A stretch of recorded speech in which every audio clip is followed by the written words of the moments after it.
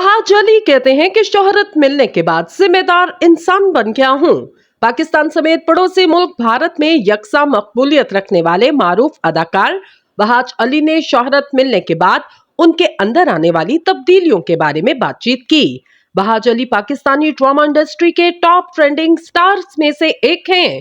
दुनिया भर में उनके मद्दाहों की बड़ी तादाद मौजूद। वहाज को साल 2023 में नशर होने वाले ब्लॉकबस्टर ड्रामा सीरियल तेरे बिन की वजह से बहुत शोहरत मिली। इस ड्रामे में वहाज के साथ अदाकारा यमुना जैदी ने मरकजी किरदार अदा किया। यमुना जैदी और वहाज अली की ऑन स्क्रीन जोड़ी को फैंस की जानिब से खूब सराहा गया। लाखों दिलों पर राज करने वाली ये जोड़ी गुज़िश्ता कुछ दिनों से अमेरिका के दौरे पर, जहां ये मुख्तलिफ शहरों के इवेंट्स में शिरकत भी कर रही। इस दौरे की एक मुख्तसर वीडियो सोशल मीडिया पर वायरल हुई, जिसमें वहाज अली को अपनी शोहरत के बारे में बातचीत करते हुए देखा गया।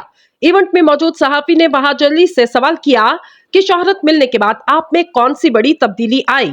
इस सवाल के जवाब में वहाज ने कहा कि शोहरत ने मुझे जिम्मेदार बना दिया, अब काम करने का शौक मजीद बढ़ चुका।